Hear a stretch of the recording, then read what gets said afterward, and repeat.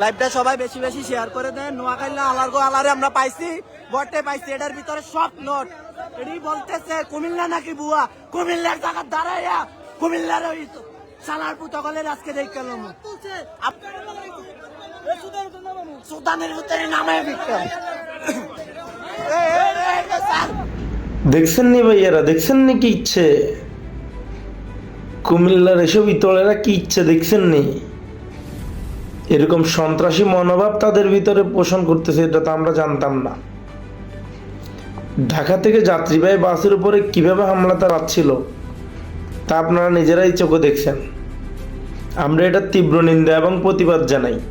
আমরা চাই এদেরকে যেন আইনের আওতায় এনে শাস্তি দেওয়া হয়, দৃষ্টান্তমূলক শাস্তির দাবি জানাচ্ছি।